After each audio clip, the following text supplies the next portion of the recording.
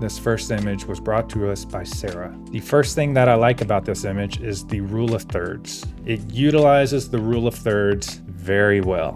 What are those? Thank you for asking, person I just made up. This is the rule of thirds. We've got the top third, the middle third, and the bottom third. And then if we go left to right, we have left third, middle third again, and then the right third. This package here is on this bottom third, which is good. That's what we want. Since this is on the bottom third of the image, there's really not much to look at. See, we have this door here, which is kind of nice. I like it. It's white. It breaks up the beige and the gray. It allows the viewer to kind of meander through the image without having to jump around, jump up, and then they get down. The golden ratio, there it is. It takes us on a loop, on a journey around the image. Shout out to Trisha. Talk about what we like. Rule of thirds. It's right there. It's on one of the intersections. Great. Good job. Shout out to the photographer / delivery person. The thing that I dislike about this image is how empty it is. How is this image empty while also correctly utilizing the rule of thirds? I don't think the package should be on this bottom right third. Most of the time,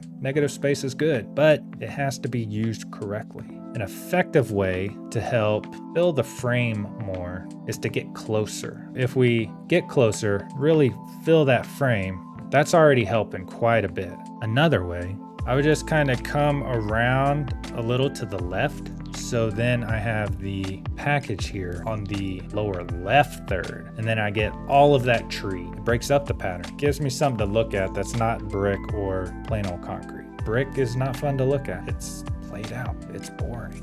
This image is brought to us by Megan. What do I like about this image? It's kind of what we've been talking about this whole time. Rule of thirds. How do the rule of thirds work in this image? With this one being so small and this one being so large, we really only have to focus on the small one. This is also a good use of the golden ratio. As you can see, the small package is at the beginning of it and then starts our journey around the image. Let's say this is a greeting card. I would put my text down here. Just come across right there, bang, happy birthday. Third thing that I like is the lighting. It's nice and soft. With it being soft, makes things nice. It's peaceful. It's enjoyable. I would like a little less big box. How do we do that? We can just zoom in to the image. Now that the big box just takes up real estate here, I don't have to worry about that part of the image anymore. That's what I would do to help maximize both the frame and the things that are within the frame. Bang.